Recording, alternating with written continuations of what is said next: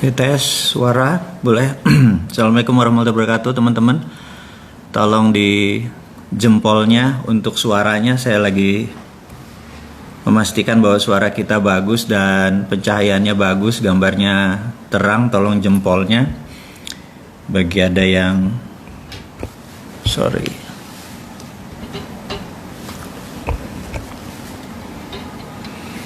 Oke, kita sebentar lagi akan on air. Kurang lebih 1 menit lagi. Saya lagi cek sound dan cek lighting, apakah suaranya bagus. Dan teman-teman dimanapun Anda berada, tolong dikabari dimanakah Anda sekarang, apakah di rumah ataukah di Indonesia bagian timur, Indonesia bagian barat. Ada topik yang menarik nih, selama 2 minggu ya kita nggak ketemu ya. Jadi kita akan memanfaatkan waktu kita di minggu malam ini bersama-sama.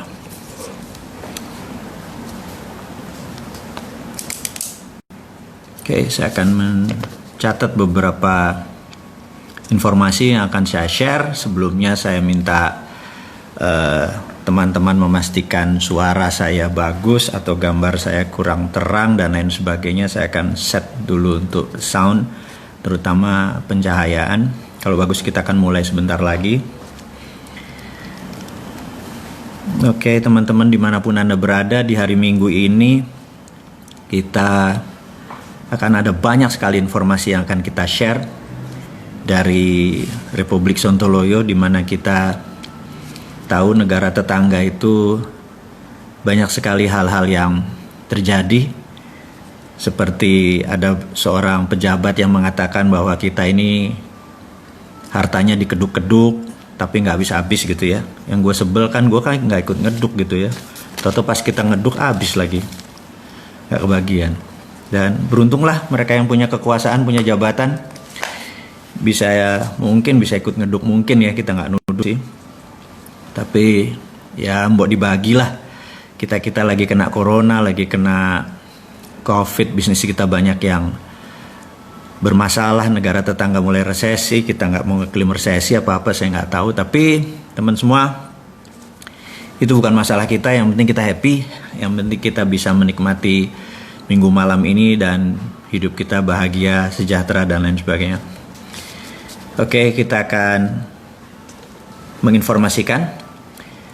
Nomor 1, saya ucapkan terima kasih kepada teman-teman yang sudah mendownload aplikasi Dinaran, karena sejak minggu lalu kita sudah menghit 100.000 members dan per hari ini sudah 107.000 members.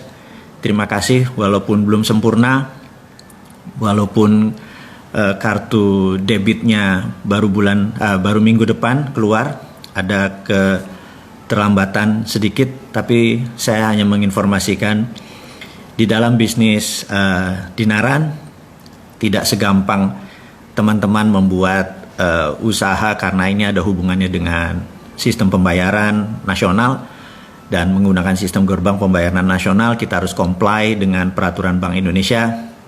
Kita pernah dulu lakukan seperti begini 2 tahun yang lalu, ternyata tidak jalan, dan bisnis kita sekarang harus comply dengan segala peraturan, yaitu di Bank Indonesia. Jadi peraturan tersebut saat ini sudah semua insya Allah akan selesai. Tapi kalau untuk Anda yang membeli emas atau rupiah, Anda punya underlying emas, Anda bisa transfer sudah sejak 2 minggu yang lalu, sejak 15 Juli Anda sudah bisa mentransfer ke BCA Anda atau ke Bank Mandiri Anda. Tapi saya yakin Anda sebaiknya menahan dulu rupiah Anda di Dinaran. Kenapa? Karena kita semua tahu bahwa harga emas lagi tinggi-tingginya. Nanti saya akan ceritakan kenapa lagi tinggi-tingginya, dan yang terbaik adalah rupiah Anda yang kalau tidak ada underlay-nya, Anda banyak dirugikan dengan inflasi. Dan jika Anda ada underlay-nya, yaitu terutama dengan emas, insya Allah lebih aman lah dari inflasi rupiah kita. Dan sekali lagi kita akan terangkan nanti kenapa emas akan naik dan apa yang harus kita lakukan. Dan rupiah Anda berunderlying emas, jadi Anda bukan beli emas ya. Sekali lagi, dengan Dinaran Anda bukan beli emas, tapi dalam peraturannya secara jual beli statusnya adalah beli emas. Tetapi untuk sederhananya, rupiah Anda sekarang punya underlying emas. Sekarang rupiah Anda di ATM Anda, di BCA Anda atau di Mandiri Anda, ya rupiah. Kalau ada 10 juta ya 10 juta rupiah Anda. Tapi kalau 10 jutanya di dinaran, ada underlying emas, sehingga kalau value emasnya naik, Anda ikut naik. Kalau turun ya tentunya turun. Tapi sekali lagi, kita tahu ke depan harga emas bagaimana, kita akan ceritakan.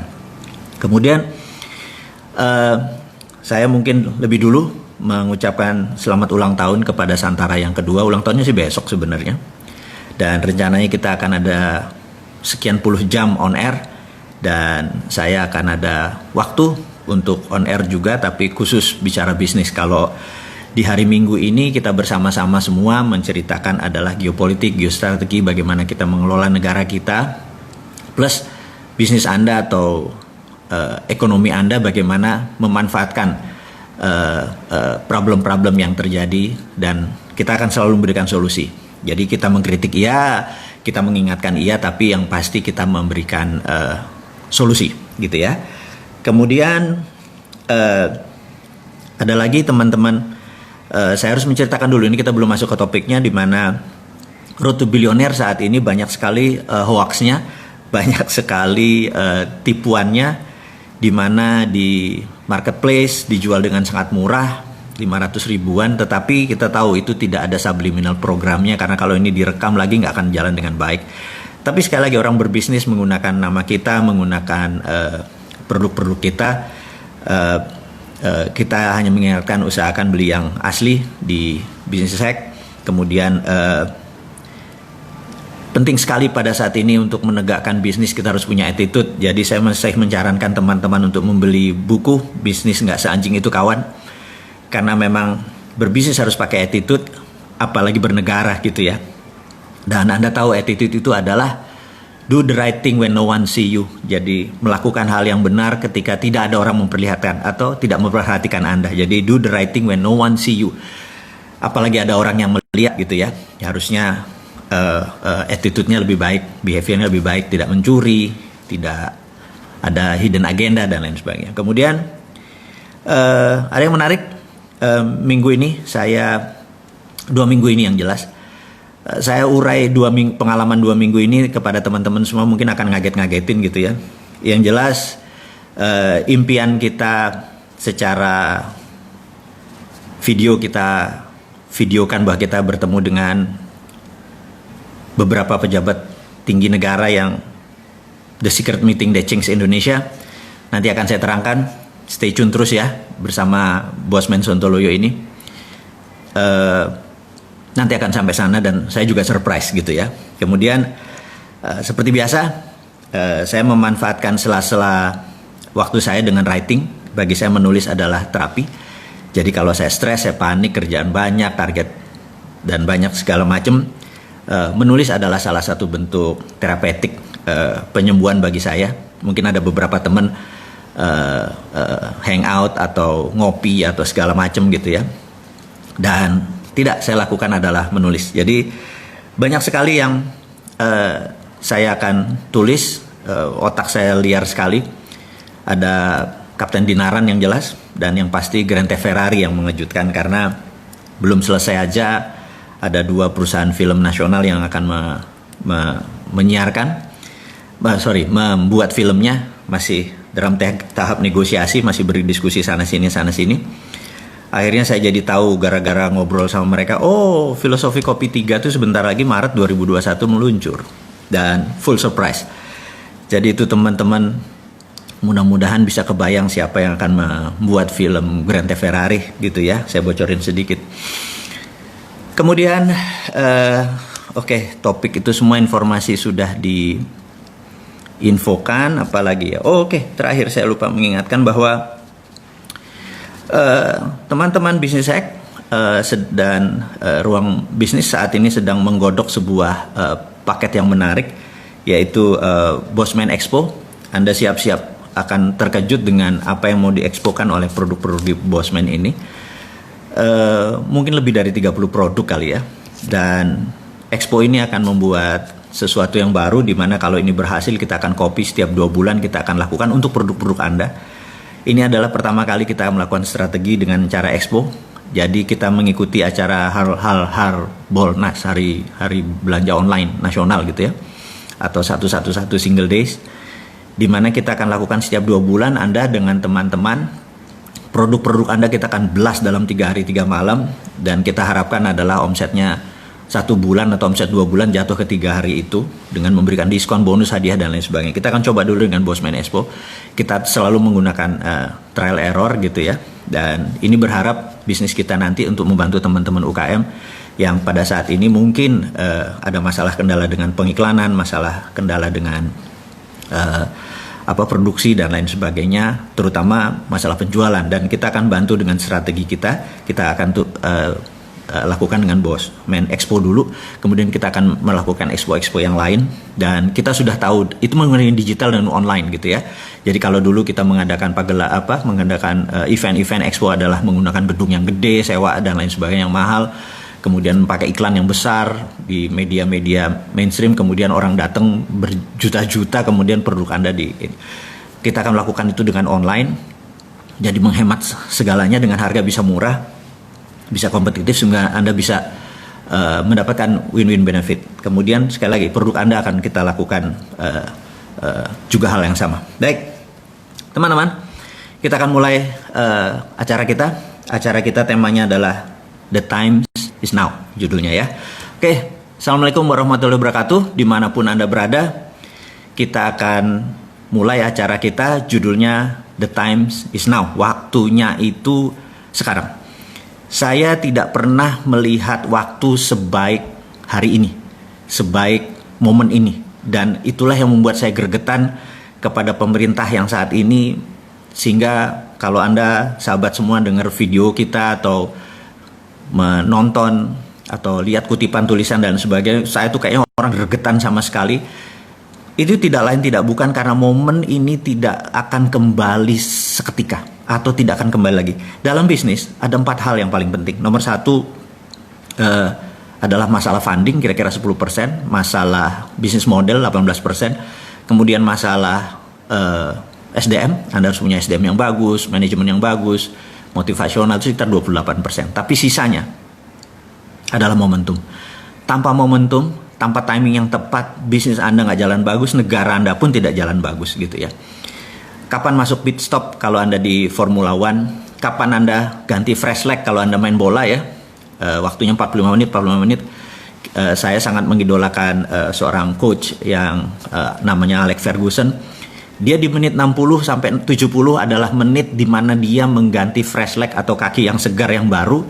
Dan ketika dia masukkan 1 atau 2 orang, itu game changing.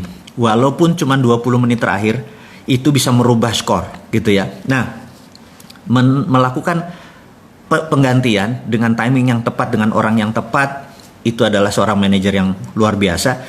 Nah, di negara kita ini sudah waktunya udah 60 menit.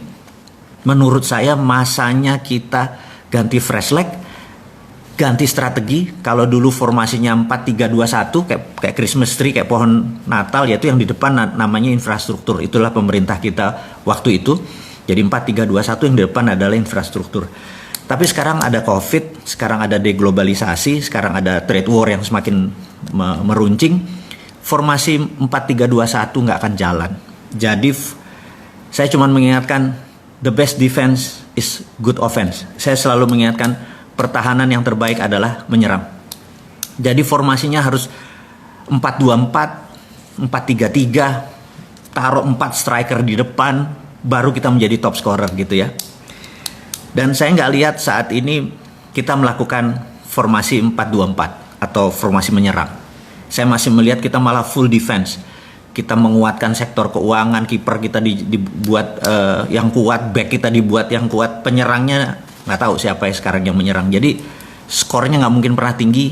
Mungkin kita nggak kebobolan gitu ya, yaitu inflasi kita rendah, trading kita mungkin biasa-biasa aja, tapi kita nggak akan pernah jadi champion gitu ya. Nah, saya sangat mengharapkan Indonesia itu menjadi champion. Waktunya kapan? Waktunya itu sekarang. Ini yang akan kita mau urai. Jadi termasuk nanti menyambar harga emas ya. Jadi gini, kita tahu negara ini terjadi perang, kita tahu. Dan saya berkali-kali bilang, sekarang adalah the world in economic warfare, atau dalam ekonomi dunia saat ini dalam keadaan perang. Jadi strateginya pun harus dirubah. Bahkan Anda sebagai UKM, Anda sebagai pengusaha, Anda sebagai profesional, Anda harus rubah semuanya demi memenangkan perang, atau survival of the company, atau survival of the nation, atau survival of your family, gitu ya. Mulai dari sana. Nah, kita mulai dulu sekali lagi. Saya akan ulangi dengan how the world work, bagaimana cara dunia bekerja. Tanpa Anda memahami cara dunia bekerja, Anda tidak paham apa ini yang terjadi. Jadi, kita tahu di tahun 45 ada namanya global theaters, atau apa global theaters itu? Ya kayak tontonan global gitu ya. Kita tahu Amerika dari dulu berambisi menjadi number one country who rule the world, gitu ya. Ini harus saya ulang-ulang terus. Si ontohot, si kampret Amerika itu adalah negara yang dari dulu ingin menjadi negara yang control the world. Jadi mulainya dari 1900. Saya ulangi lagi ceritanya. Anda bosan-bosan, tetapi Anda akan paham maksud saya, sehingga tahu nanti apa yang harus dilakukan dengan bisnis kita. Bayangin, sesuatu yang besar nanti bawa ke bisnis kita. Bahwa waktu 1900, dunia dalam keadaan sangat genting waktu itu, semua negara hampir dalam kondisi perang. Inggris adalah negara yang disebut the sun always shine. Jadi saking besarnya wilayah jajahan dia, kolonialisasi, kolon itu usus ya, dan menghasilkan shit gitu ya. Jadi kenapa disebut kolonialisasi, jadi ngerti kan? Oke, kita lanjut nanti. Jadi Inggris tuh besar, tapi semua di-challenge, semua negara men-challenge dia. Belgia, Portugis, Spanyol, Perancis, dan lain sebagainya. Sehingga Inggris merasa perlu ally. Dan di 1904, delegasi Inggris datang ke Amerika untuk mengajak Amerika sebagai negara yang belum tidak dijajah dan tidak menjajah. Negara Amerika dikenal waktu itu dengan penghasil sumber energi. Jadi kita tahu John Paul Getty, Rockefeller adalah mereka-mereka yang menghasilkan dari crude oil dibuat menjadi kerosin atau minyak bakar. Dia tahu ini yang kontrol. Kemudian setelah Tesla menciptakan listrik, kemudian siapa lagi yang listrik diciptakan, mereka memerlukan gasolin untuk juga bahan bakar Ford untuk mobil dan lain sebagainya. Terus diubahlah dari kerosin menjadi gasolin atau bahan bakar minyak untuk kendaraan dan lampu dan lain sebagainya, untuk genset dan lain sebagainya. Amerika so powerful, bahkan ketika diajak delegasi Inggris untuk mengajak Amerika menjadi junior ally, dibawalah Amerika ke Eropa. Ini dosa pertama, kegoblokan pertama bangsa Inggris, memperkenalkan Amerika pada sisi lain dunia. Jadi Amerika melihat, oh Eropa tuh begini gitu ya, teknologinya begini. Begitu mereka balik, mereka rapat, Amerika rapat besar. Mereka bilang, ternyata Eropa teknologinya ketinggalan 50 tahun dari Amerika. Anda tahu ya, sahabat semua. Kalau Anda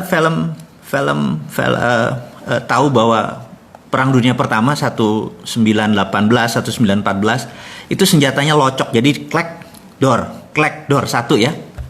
Tapi Amerika sudah revolver, begitu nembak dek itunya muter sendiri, revolvernya muter sendiri. Jadi saya ingetin lagi bahwa kembaran saya itu film Last Samurai, si Tom Cruise, waktu dia bertempur terakhir dengan para samurai, itu Amerika sudah pakai tembakan yang dedet gitu ya, dan itu sudah otomatis. Jadi teknologi Amerika sudah 50 tahun lebih advance daripada teknologi Eropa.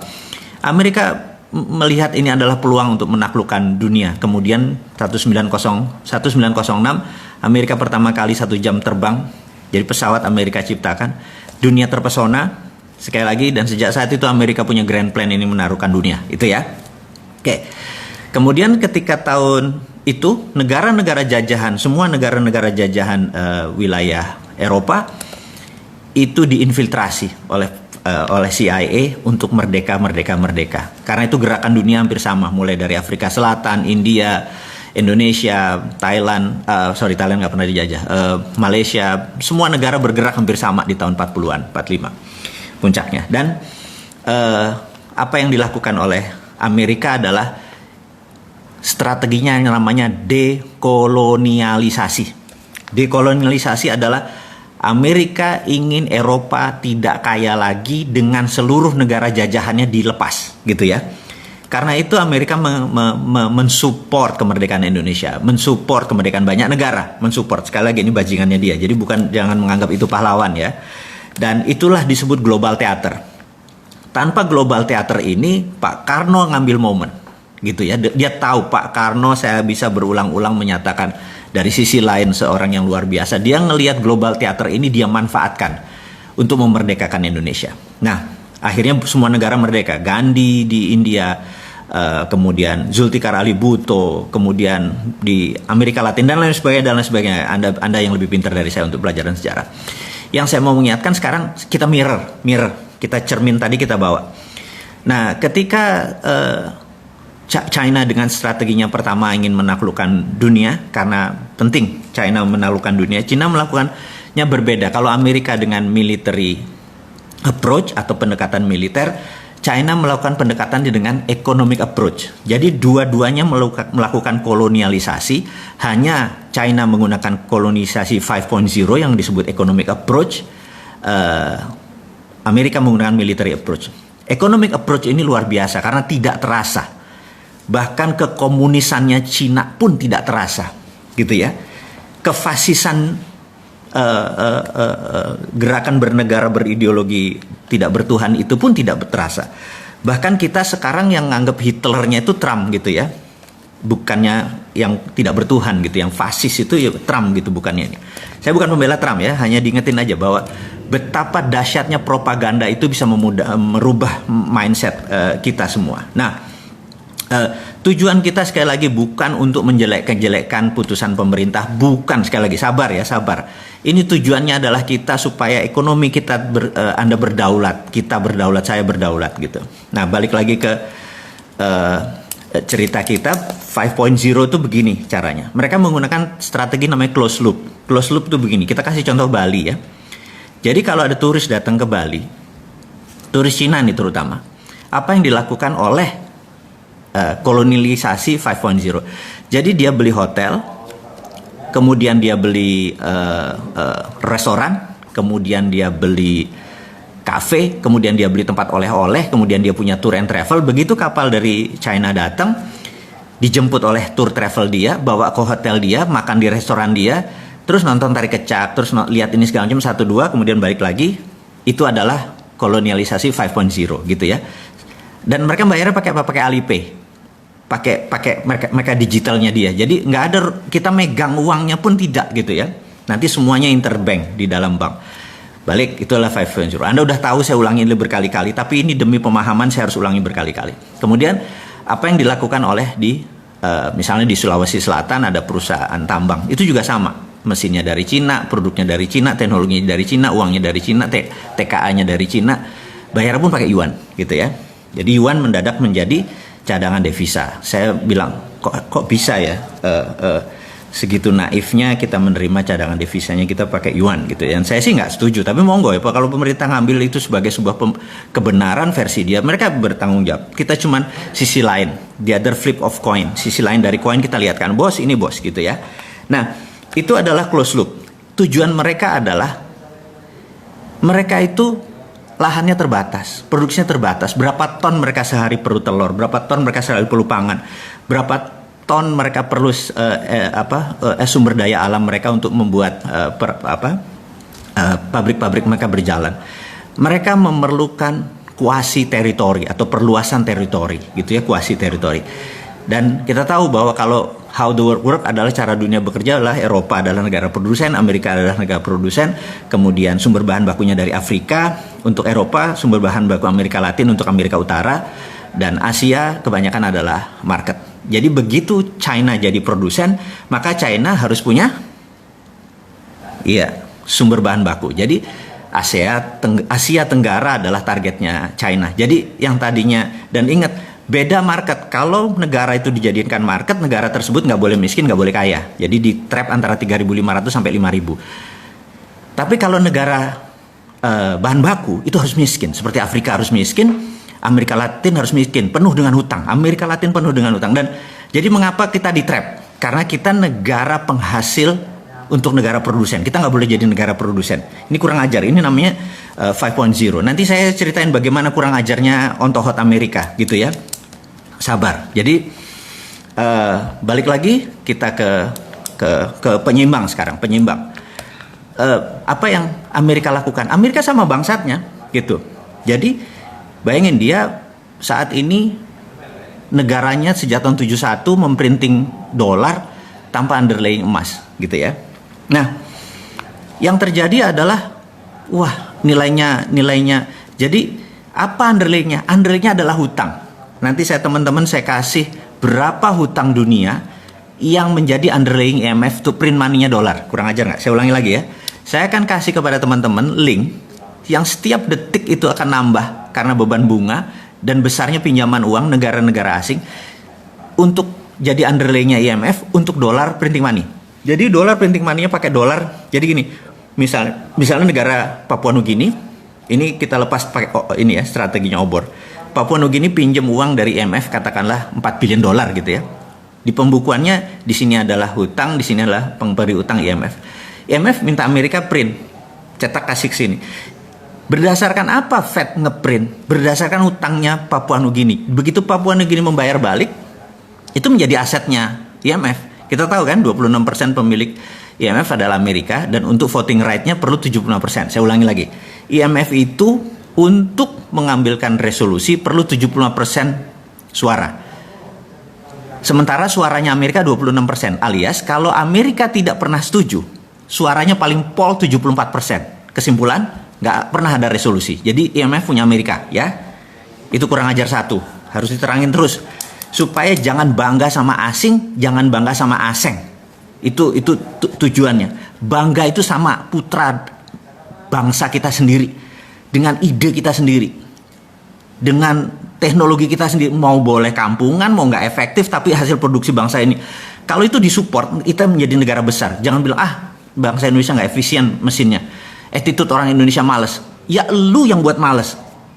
Lu hakimi kita dengan kayak gitu ya. Sebagai bapak bangsa, Anda harus menjadi seorang bapak gitu ya. Dan bapak itu ya harus ngayomi. Mau dari 5 anaknya 1 nakal ya harus ngayomi. Itu anakmu. Jangan bilang anak gue cuma 4 ini bajingan gitu ya. Nggak bisa begitu bernegara. Anda nggak boleh menghukum anak sendiri. Salah, ajari. Salah, beneri gitu ya. Mereka kurang ajar, mereka durhaka. Biarin anak durhaka, tapi Anda adalah seorang ayah, Anda seorang ibu. Sebagai pemimpin, ayomi mereka. Nanti kita akan sampai sana. Kembali ke ontohotnya Amerika, si borokokoknya si Amerika yang saat ini merasa ini Trump nih, saya ini nggak suka sama Trump, tapi Trump ini punya sisi pandang yang beberapa saya setuju, yaitu dia menyebutkan bahwa kami nggak punya cukup emas. Itu kalimatnya cukup. Jadi saya baru mengerti kenapa kemarin gede-gedean emas dari Vatikan ditarik lagi ke Amerika. Sahabat, saya hanya mau mengingatkan, negara terbesar di dunia yang punya cadangan emas adalah Amerika, dan nomor 2 adalah Vatikan. Dan taruhnya di mana? Di UBS. Ingat, logonya UBS sama logonya Vatikan sama, tinggal dibolak-balik aja, itu kunci. Jadi itu sekarang lagi ditarik gede-gedean, lagi ditarik ke Amerika.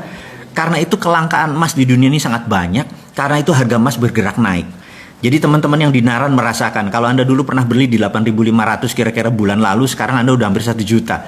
Jadi Anda udah hampir untung 7%. Jadi bayangin, yang tadinya Anda cuman rupiah Anda taruh, mendadak rupiah Anda punya underlying gitu ya. Dan menurut saya entah bagaimana saya merasa bahwa 1 troy ounce itu saat ini 1.800-an. Dan break highs-nya adalah 1.900. Saya percaya 5.000 kena dalam 5 tahun. Apalagi kalau perang. Kalau perang, udahlah, Anda panen. Perang fisik ya, bedil-bedilan ya. Rupiah Anda nggak ada nilainya. Tapi kalau rupiah Anda pakai underlying emas, Anda selamat. Saya bukan mau jualan. Karena di Naran hadir memang rasa concern-nya kita ini, teman-teman ini ingin menyelamatkan portfolio rupiah Anda agar tetap liquid, Anda bisa transaksi setiap hari, Anda masukkan uang tersebut, Anda bisa belanja dengan, lagi perlu uang ya pindahin ke BCA, pindahin ke OVO, itu semua bisa gitu ya. Jadi oke, kita lanjutin lagi bahwa harga emas akan naik. Ya nggak naik tuh nggak langsung besok naik gitu ya, nggak begitu. Naik itu ada trennya, trend is our friend, ada turun-turun sedikit gitu ya. Begitu harga rendah sedikit Anda langsung beli, Anda simpan aja.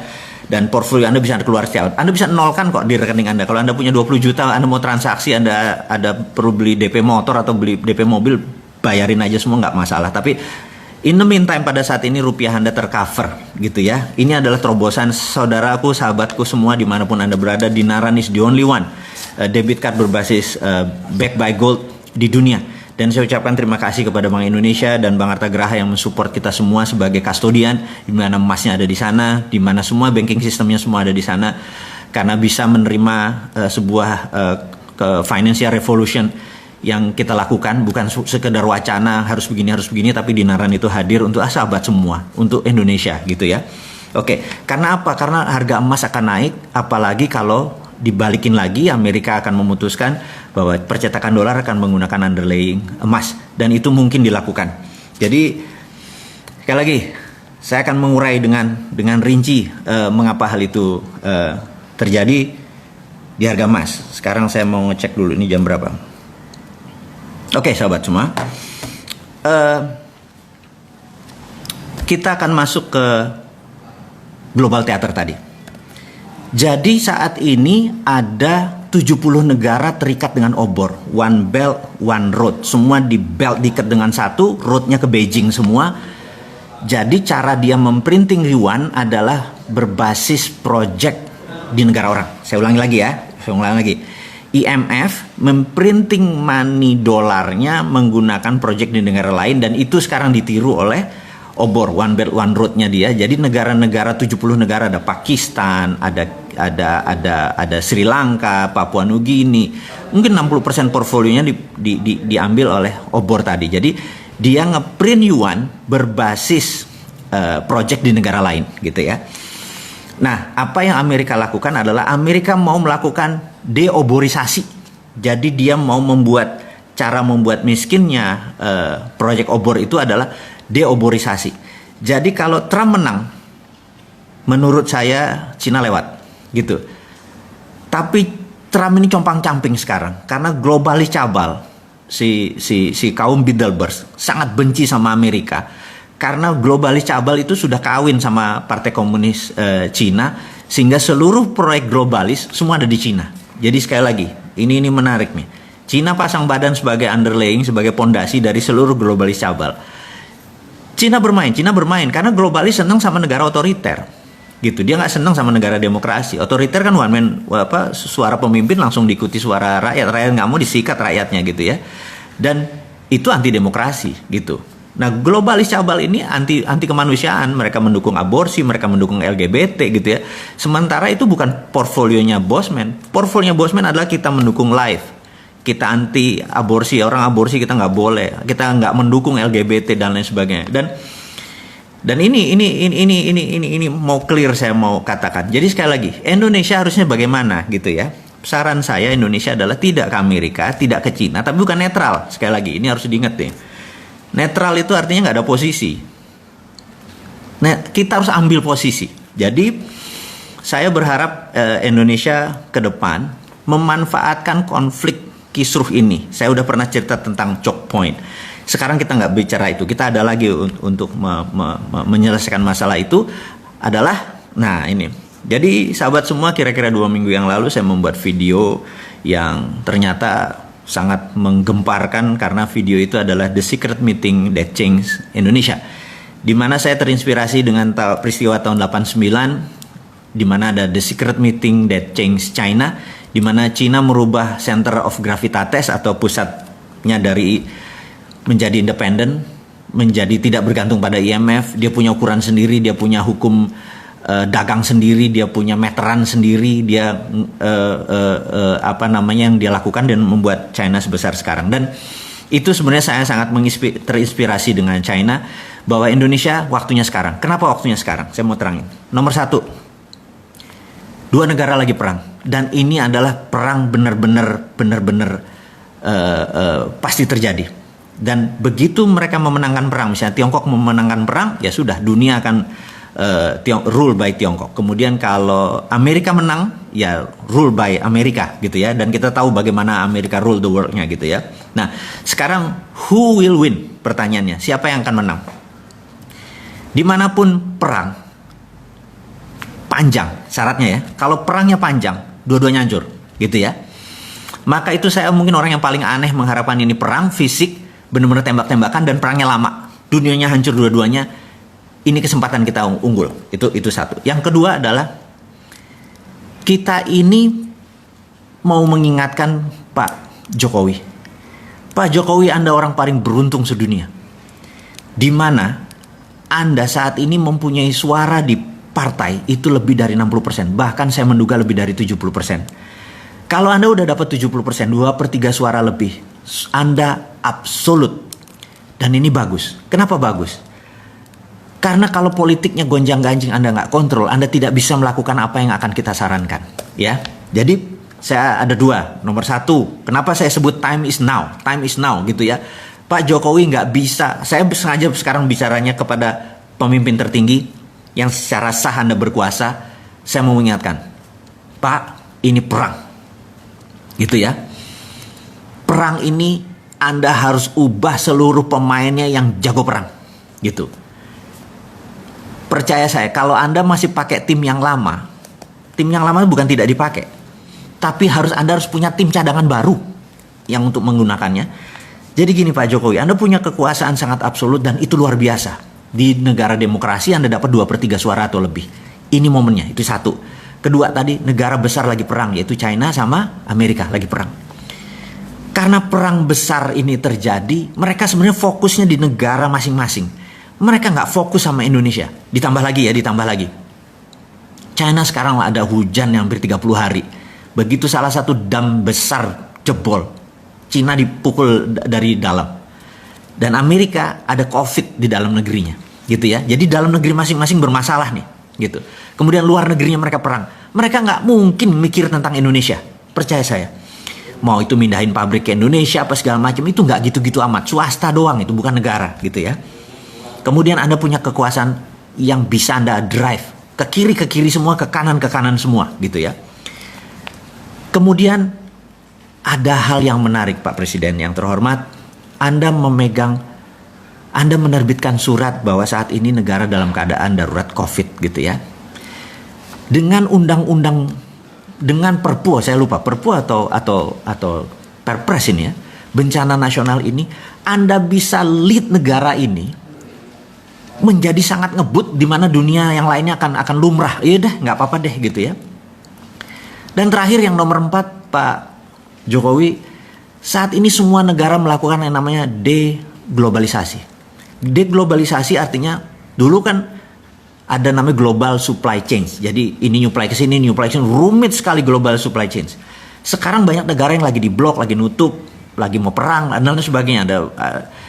Jadi deglobalisasi adalah every country for their own. Jadi Indonesia untuk Indonesia, Singapura untuk Singapura dan lain sebagainya. Jadi Indonesia sangat diuntungkan karena Indonesia bisa makan dengan bangsanya sendiri. Kalau yang Singapura, begitu deglobalisasi langsung shrinking 40%. Bapak tahu bahwa dia mendadak langsung turun ekonominya 12% dan shrinkingnya itu 40%. Jadi mengecil mendadak volumenya. Korea Selatan sudah mengecil gitu karena nggak ada bahan baku. Indonesia nggak ada masalah, Indonesia nggak akan mengecil. Dan sekali lagi yang kita mau ingatkan, dengan 4 hal itu, maka yang kita harus lakukan adalah melakukan apa yang China lakukan. Kita tiru, jangan ngikuti maunya Cina, tapi tiru langkah Cina. Cina 30 tahun yang lalu, saya udah berkali-kali bilang, dia menerbitkan renminbi dengan yuan berbeda. Renminbi berdasarkan project, gitu ya. Nah, apa yang harus kita lakukan sekarang? Dia tidak lagi menciptakan printing money fisik, karena itu zaman dulu. Sekarang sudah ada blockchain. Blockchain ini kita bisa printing yang namanya e-renminbi. Ini kalau kita Cina. Dia sudah melakukan e-renminbi. Mulai Mei dia melakukan e-renminbi dan puncaknya 2021 dia akan melakukan e-renminbi. Dia menggunakan digital currency berbasis blockchain. Nah, apa yang kita lakukan? Kita juga sama. Gunakan e-rupiah untuk membangun ekonomi Indonesia seperti halnya e-renminbi. Sama persis copy paste dan Anda nggak usah ragu-ragu Pak. FGD mikir dulu INA itu. Pak, saat ini kalau mau menggunakan cara pemikiran bos-bos kita, pejabat-pejabat kita yang masih dengan cara Keynesian, masih dengan cara ini nanti inflasi segala macam, di digital blockchain nggak bisa korupsi. Orang datanya kita tahu kan, trusted open ledger gitu ya. Jadi cara bantunya kemana? Ke UKM industri nomor 1, UKM yang trading nomor 2, tapi trading lokal, jangan ada import dan ekspor. Jadi UKM kalau mereka misalnya perlu duit 1 miliar gitu ya. Mereka punya jaminan, katakanlah project aset mereka bisa kita valuasi kok, aset mereka 500 juta gitu ya. Kasih 300% Pak, bukan kayak kredit bank sekarang punya 1 miliar keluarin cuma 70%. Punya 1 miliar keluarin 3 kali lipat. Sorry, ini kebanyakan Cina otak gua. Rupiah tadi adalah Anda cuma digital, nggak perlu ngeprint, nggak usah ngabisin kertas, langsung pindah. Dan infrastrukturnya udah ada, sudah ada OVO, sudah ada GoPay, sudah ada Dinaran. Anda udah ada pakai Dinaran, tinggal distribusi aja, tinggal mau 3 miliar tadi untuk sektor produksi. Pokoknya 5 tahun mereka nyicil setiap bulan berapa, balik. Saya yakin Pak, kalau Bapak lakukan itu, ekonomi Indonesia, terutama industri Indonesia akan the best in the world. Pada saat mereka perang ini Pak, kita nyolong di tikungan. Jadi 2024 kita bisa number 1 country, bukan number 4 atau PricewaterhouseCoopers pernah bilang kita akan Big Five. Enggak Pak. Amerika kalau perlu kasih saya untuk operasi intelijen Pak, saya bikin Amerika sama Cina malah perang Pak. Kasih gue 1 pesawat kapal induk, kapal perang, saya tembak 1 nuklir ke Cina, nanti Cina bilang tuh Amerika tuh ya udah biar tembak-tembakan, udah kita yang masuk duluan. Kalau perlu gue jadi bajingannya Pak. Jadiin gue persona non grata Pak, orang yang tidak disukai dunia Pak, kasih saya untuk izin untuk operasi intelijen, saya masuk, saya tembak itu 1 rudal ke Cina, terus nanti tembak-tembakan, mereka perang Pak, mereka perang, kita manfaatin untuk membangun ekonomi. Saya dibenci dunia nggak apa-apa Pak, tapi dicintai tanah air nggak apa-apa Pak. Jadi agak gila sedikit lah Pak, dan usul-usul ini mudah-mudahan membuat sisi lain bernegara, sehingga ekonomi kita maju bareng. Jadi dulu Pak, di tahun 45 ini saya ngomong sengaja kepada pemimpin dan pejabat negara lainnya, Bapak Ibu, mungkin ada yang Ibu. Di tahun 45 kita merdeka karena Kamen Soro, menderita bersama, gitu ya. Sekarang ini ada yang seneng, ada yang susah. Jadi sekarang kita nggak kompak. Jadi cara untuk membuat bangsa kita ini kompak satu Pak. Cepet-cepet buat common happiness Pak. Cepet-cepet buat seneng bareng. Jangan susah bareng Pak. Kita udah capek tahun 45 aja kita susahnya. Kalau sekarang ke depan kita harus buat common happiness. Kita mau seneng bareng Pak. Cara senengnya bareng gimana? Pegang masing-masing duit untuk sektor produksi Pak. Begitu UKM sektor produksinya dibangun Pak, 97% angkatan kerja itu adalah di tangan UKM Pak. Gak usah mikirin perusahaan yang gede-gede tuh yang bilion-bilion dolar pakai ngutang asing lagi. UKM aja Pak dengan rupiah. Selesai masalahnya. Saya yakin Bapak dan pejabat semua yang saat ini menjabat nggak ribet ke otaknya. Nggak usah bawa seorang Sontoloyo ini ke istana atau ke menjabat Pak. Cukup konsepnya diterima, saya sudah happy Pak. Karena kalau bangsa kita happy ya kita happy. Dan selesai masalahnya, kita menjadi champion, menjadi pemenang. Jadi tanpa panjang-panjang sahabat, itu adalah cerita mengapa the moment is now, waktu sekarang. Bisa nggak tahun 2021? Nggak bisa. Bisa nggak nanti 2024? Nggak bisa. Waktunya tuh sekarang gitu ya, pondasinya ini dipasang. Kasih 6 bulan lah untuk buat rupiah itu. Bapak buat badan usaha, bukan badan usaha, mungkin badan otorita tentang keuangan. Sesederhana itu Bapak. Jadi saya pikir bicara dengan Pak Presiden, mungkin saya nggak pernah bisa waktu, Bapak terlalu sibuk. Karena kalaupun saya diundang ke Pak Presiden, saya nggak mau duduk di depan meeting room. Saya minta waktu dengan Bapak adalah jagongan Pak. Kita sarungan, saya ngeteh Pak, saya nggak ngopi ya, Bapak yang ngopi gitu ya. Jadi kita jagongan Pak. Ngomong santai Pak, nggak ngomong struktural, kita ngomong santai. Jadi kalau itu dilakukan saya mau Pak. Ketemu panjenengan, kita ngobrol, ngarol ngidul, terus sharing, dan saya sederhana Pak orangnya Pak. Saya nggak minta jabatan, saya minta Bapak yang melaksanakan karena Bapak megang mandat untuk menerbitkan rupiah. Rupiah itu solusi. Semua infrastrukturnya ada Pak. Dan saya tahu tim Bapak kuat gitu ya. Oke, kita udah cerita untuk Pak Presiden, sekarang kita untuk sahabat semua yang ada di rumah, bahwa sahabat semua, kita tahu bahwa Singapura sedang resesi dan Korea Selatan sedang resesi. Apakah kita resesi? Percaya saya, beda Indonesia. Indonesia itu saya nggak melihat, karena gini, saya punya beberapa sahabat, saya punya organisasi, usaha dan semacam. Kita udah review di selama corona, ternyata hampir turun penjualan itu kecil sekali. Dan kebanyakan yang turun karena di masa COVID. Boleh jujur, ini saya sesama pengusaha kita share bahwa ternyata di bulan-bulan sebelum corona di November Desember itu memang sudah bergerak turun. Jadi saya ngobrol sama teman-teman, saya bilang, lo banci kalau lo mengatakan gara-gara corona bisnis lo turun. Jujur deh bahwa sebelum corona lo udah turun kan? Iya. Nah, itu sahabat semua bahwa sebenarnya sebelum corona ada yang sudah mulai bergerak turun. Itulah yang kebanyakan yang kena. Tapi kalau yang sebelum corona biasa-biasa, setelah corona turun sedikit, habis itu naik lagi sekarang gitu ya. Nah, jadi ke depan jangan takut teman-teman, gaspol aja semua. Jadi apapun usaha Anda gaspol, Anda produksi gaspol aja gitu ya. Nah, saya ingin menceritakan sedikit apa yang membuat saya exciting gitu ya. Jadi saya bersama beberapa teman nanti akan membuat suatu bidang baru. Sekali lagi ini udah nggak bicara geopolitik, kita bicara bisnis dulu karena saya pengen menolong teman-teman UKM ini dengan aksi nyata gitu ya. Teman-teman, kita tahu kalau kita beriklan menggunakan keluar uang di Facebook Ad, kita ngulang di IG, mengeluarkan uang di TV dan itu biayanya mahal. Dan ada tempat yang luar biasa yang tempat tersebut murah. Tapi saat ini belum dikelola dengan benar. Jadi rencana kita ke depan kita akan punya platform baru di mana jualannya adalah numpang di para selebriti. Selebriti ini anggap kita ambil sahabat saya namanya R aja. 1 bulan itu 300 juta viewer dia, gitu ya. Kemudian ada A, ada G, gitu ya.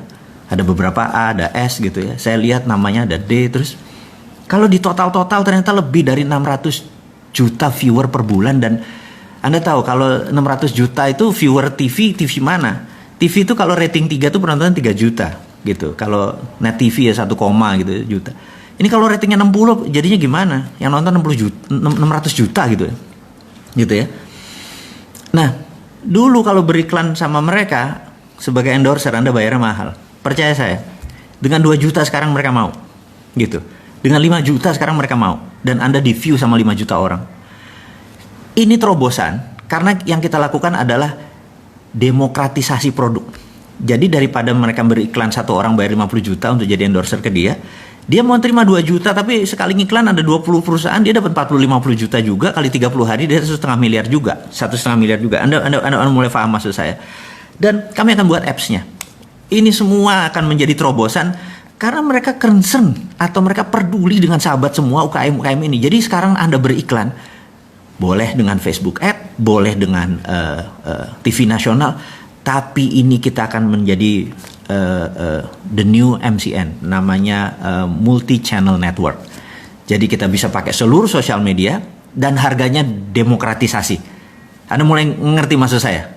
Ya, nanti surprise selalu berlanjut. Jadi harus ada sesuatu yang baru dari Bosman.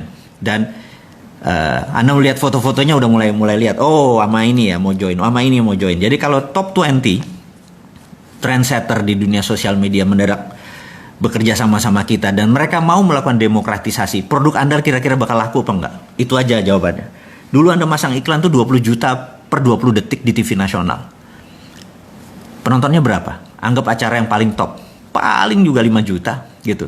Sekarang Anda dengan harga yang lebih murah, lebih mungkin cuman 30%-nya Anda bisa mengiklan. Anda mulai kebayang ya apa yang akan kita lakukan. Dan ini semua kami ciptakan adalah untuk teman-teman semua agar menjadi berdaulat. Jadi ini adalah new concept, new business model di mana market share-nya atau viewer-nya lebih besar dari TV nasional. Terobosan, dan kita terus menciptakan konten-konten. Sekali lagi kita nggak menciptakan konten, mereka yang punya konten dan mereka yang ciptain konten. Jadi talent sudah ada, konten sudah ada, tinggal Anda produknya mana gitu ya. Bapak, Ibu, sahabat semua, Anda mulai kebayang bahwa bisnis jadi simpel kalau sama Bosman, dan syaratnya adalah murah tapi demokrasi, murah tapi banyak gitu ya. Jadi budget Anda mengiklan katakanlah sebulan berapa, Anda pasti mengiklan. Kalau Anda punya produk, Anda pasti mengiklan gitu ya. Dan kalau iklannya misalnya dulu Anda keluarkan 10 untuk mendapatkan 30, sekarang kalau iklannya diturunkan jadi separuh tapi itunya naik 2 kali lipat, Anda mau nggak gitu? Dengan apa? Platformnya ini yang kita gunakan adalah bergabung dengan teman-teman yang merupakan konten terbaik.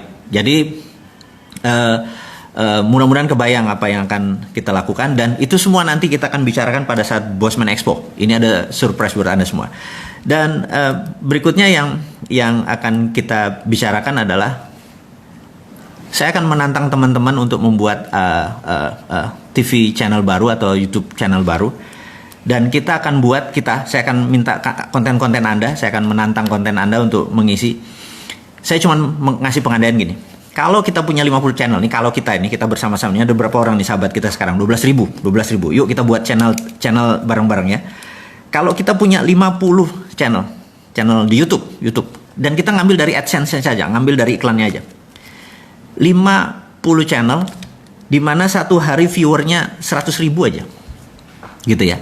100.000 bukan angka yang ajaib. Ada cara banyak untuk kita beramai-ramai untuk membuat 100.000 viewer per konten kita. Jadi kalau 50 acara atau konten ditonton 100.000 sehari, itu 5 juta per hari, dikalikan 30 hari, itu 150 juta.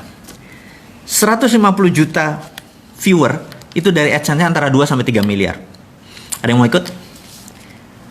Banyak yang akan kita buat dan modalnya murah-murah. YouTube-nya pasti laku karena kita udah tahu algoritmanya, kita udah nemu ini, dan produk itu akan banyak sekali. Saya kasih contoh misalnya, saya akan buat kalau Anda mau join boleh, kartun horor gitu ya, serial lucu, horor, serem, tapi nggak berdarah-darah, kartun, musiknya bagus, ini bagus, murah biayanya gitu ya. Ini saya kasih contoh.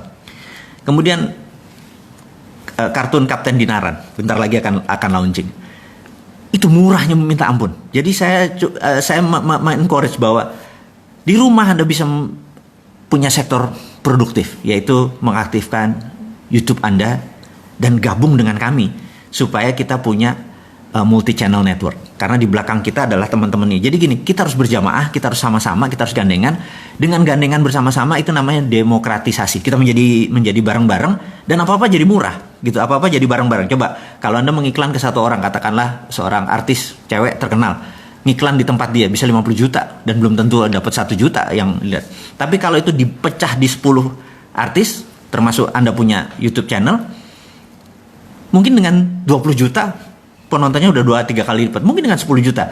Dan artis tadi lebih baik dia dapat 5 jutaan atau 3 jutaan tapi dari 30 biji, 100 juta juga gitu ya. Kali 30 ya dia 3 miliar juga, happy juga gitu ya teman-teman. Dan ini akan menjadi, Anda juga nanti akan bisa, produk Anda atau konten Anda juga akan kita lewatin. Jadi kita tahu saat ini dunia iklan ada 120 triliun a year anggarannya. Kalau kita dapat berapa? 10%? 10 triliun mau berbagi gitu ya. Caranya gimana? Kita harus membuat yang namanya multi content network. Dan saya membuka tawaran ini semua ke Anda semua, dan kalau mau menghubungkan saya nanti kasih nomornya, nanti di IG channel kita akan kasih tahu. Teman-teman, mungkin hari ini kita tidak terlalu berapi-api untuk bercerita seperti kemarin tentang nasionalisme. Tapi itu adalah ciri kita. Kadang-kadang kita bicara bisnis, karena itu bagian part of our life. Kadang-kadang kita bicara kesehatan, kadang-kadang kita bicara geopolitik, kadang-kadang keulang lagi cerita tentang dunia bahwa kita harus tahu. Tapi sekali lagi di ujung acara ini, di ujung sesi ini, saya mengingatkan bahwa waktu itu adalah sekarang. Kita yuk bareng-bareng ngingetin pemerintah bahwa yuk terbitin rupiah karena ongkosnya hampir nggak ada. Tidak ada ongkos cetak-cetak. Inflasi mungkin bisa dikontrol karena tidak ada bunga. Jadi inflasi kalau ya ini bunganya 5%, bunganya 3% nggak ada. Di dalam rupiah tidak boleh pakai bunga. Jadi bukan sekedar negaranya ini jadi syariah gitu ya, untuk beberapa teman yang memahami bahwa bunga itu adalah riba. Ini jelas tidak ada ribanya, tidak pakai bunga, pakai rupiah. Dan karena ini trusted open ledger pakai blockchain, nggak bisa dikorup karena kemana uangnya jalan mendadak. Oh kok ke Bosman ada nih, dia korup nih. Udah nggak. Bawa aja kita langsung ke tempat yang tidak disukai orang itu gitu ya. Jadi sekali lagi, menyelesaikan masalah negara ini gampang kalau kita buat gampang. Jadi pakai common sense, pakai hati lapang, pakai keterbukaan. Teman-teman, akhirul kalam, saya ucapkan terima kasih sudah bersama-sama dengan saya di hari Minggu yang ceria ini. Kita akan ketemu mungkin minggu depan atau 2 minggu dari sekarang. Tetap semangat. Selalu berprasangka baik, gunakan protokol COVID setiap hari. Kita akan berbisnis, siap-siap kita akan informasikan tentang media multimedia content network. Siap-siap ada produk baru dari Bosman, dan sekali lagi itu adalah untuk Anda semua. Akhirul kalam, saya ucapkan terima kasih. Wassalamualaikum warahmatullahi wabarakatuh.